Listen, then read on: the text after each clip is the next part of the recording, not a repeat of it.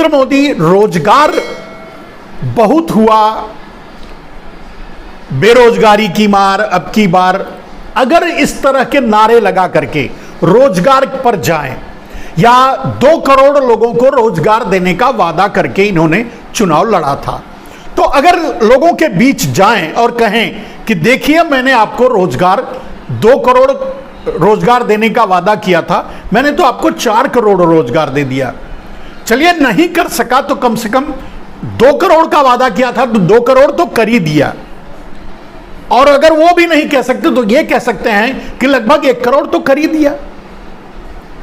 ये 1 लाख को भी रोजगार नहीं दिए हैं, ये तो रोजगार को छीने हैं।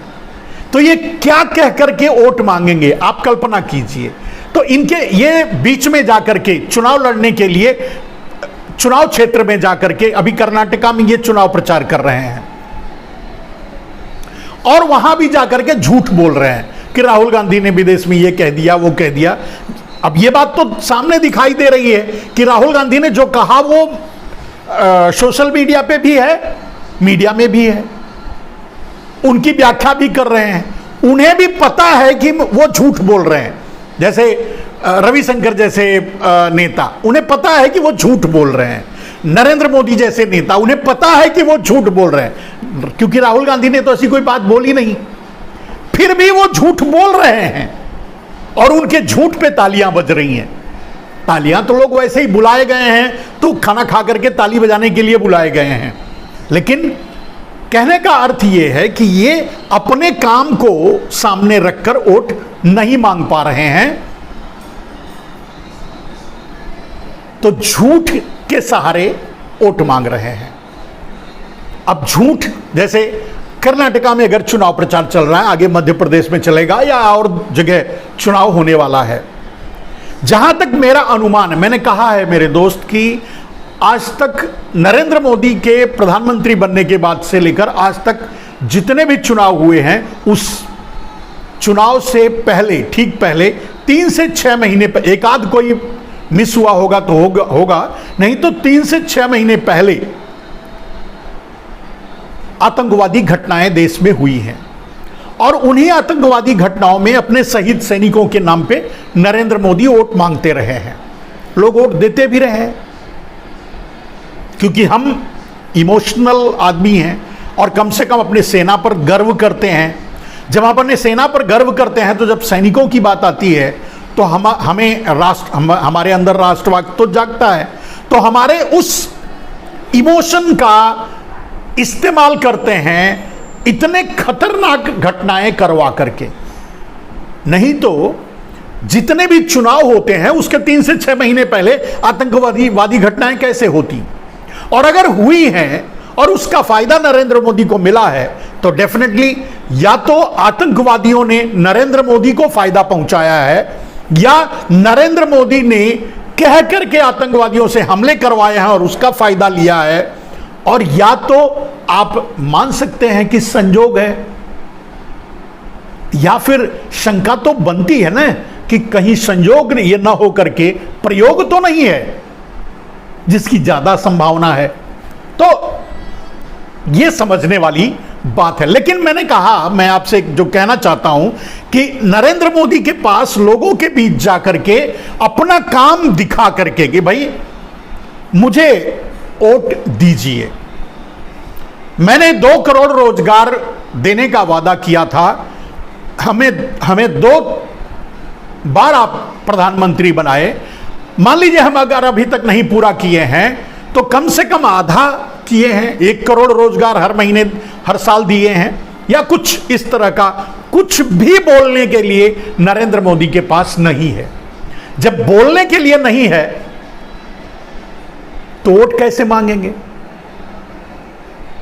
और इसी मतलब अपने मुंह पे पुती हुई कालिक को ढकने के लिए नरेंद्र मोदी नेहरू का इस्तेमाल करते हैं, राहुल गांधी का इस्तेमाल करते हैं, सोनिया गांधी का इस्तेमाल करते हैं और अपने नेताओं को लगा देते हैं कि तुम साबित करो कि राहुल गांधी तो विदेशी मूल के हैं।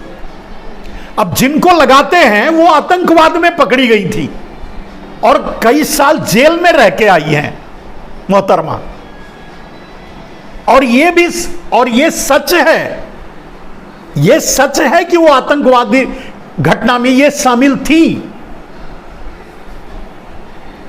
ये सच है। और इस सच को जानकर ही उनको वोट दिया गया है, ये भी सच है। इसी के नाते तो वो सांसद बनी है, अपने उसी कर्म के नाते। क्योंकि यहां लोग अक्सर डाकू को भी वोट दे देते हैं, किसी न किसी कारणवश, कोई न कोई मुद्दा लेकर के, कोई न कोई बात को सोच करके। ऐसा ही हुआ है। तो दोस्तों, नरेंद्र मोदी के पास बेरोजगारी के बारे में कहने के लिए कुछ नहीं। ये उनका नारा था 8 साल पहले, 10 साल पहले, जब पहली बार प्रधानमंत्री बने थे। तो उस नाम पे, बेरोजगारी के नाम पे वोट मांगने के लिए उनके पास कुछ नहीं है। पूरे देश को नरेंद्र मोदी ने आज बेरोजगार कर रखा है।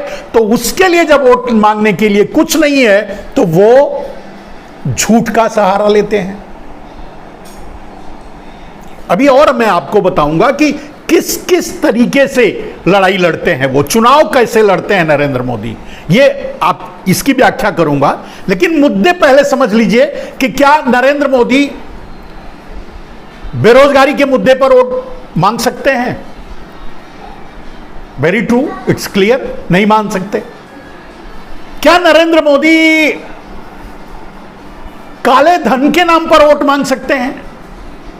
ब्लैक मनी के नाम पे, और बहुत बड़ा मुद्दा था ब्लैक मनी 2014 से पहले, और नरेंद्र मोदी ने बनवाया था अपने दलालों के जरिए ब्लैक मनी। 400 लाख करोड़, 35 रुपए का पेट्रोल मिलेगा, अगर काला धन आ जाएगा 15-20 लाख तो यूं आपको भी देने वाले थे, वो भी नहीं दिए। जो में ईमानदारी से टैक्स दे देते हैं सर्विस करने वाले, उनको भी थोड़ा देने वाले थे, वो भी नहीं दिए। और बाद में उनका वो तो जुमला था, ठीक है। तो क्या काले धन का नाम लेकर के आज नरेंद्र मोदी किसी भी मंच से काले धन की बात करते हैं? या चलो नरेंद्र मोदी जो छापे मरवा रहे हैं, तो ताव से उनको कहना चाहिए ना कि ये जो छापे पड़ रहे हैं वो काले धन की तलाश है, बोलना चाहिए ना। ये ही इतना मॉरल साहस भी नरेंद्र मोदी में नहीं बचा है कि कम से कम एक क्या कहते हैं कि एक लॉजिकल झूठ बोल सकें, थोड़ी लॉजिक जिसमें हो। अगर लालू जी पर छापे मारते हैं, अगर उनके लड़कों पर छापे मारते हैं, उनकी बेटी बहू पर छापे मारते हैं, उनके घरों पर छापे मारते हैं, वहां ये नहीं कह पाते चलो ठीक है आपने छापे मारे, जो आपसे सवाल किए जा रहे हैं, सवाल तो कोई कर नहीं सकता, इसे ही मुद्दा बना दो मंच से कि देखिए मैं काले धन को पकड़ने की कोशिश कर रहा हूं। ये मॉरल, इतना मॉरल भी नरेंद्र मोदी में, मॉरल साहस जिसको कहते हैं, नहीं बचा है कि वो इस एक लॉजिकल झूठ भी बोल सकें। यानी झूठ, वो निरा झूठ बोल पाते हैं, तथ्यात्मक झूठ भी नहीं बोलते। और जानते हैं क्यों नहीं बोलते? अब ऐसा क्यों नहीं कहते कि ये जो छापे पड़ रहे हैं ईडी के, इसके उसके, ये सब काले धन को पकड़ने के लिए।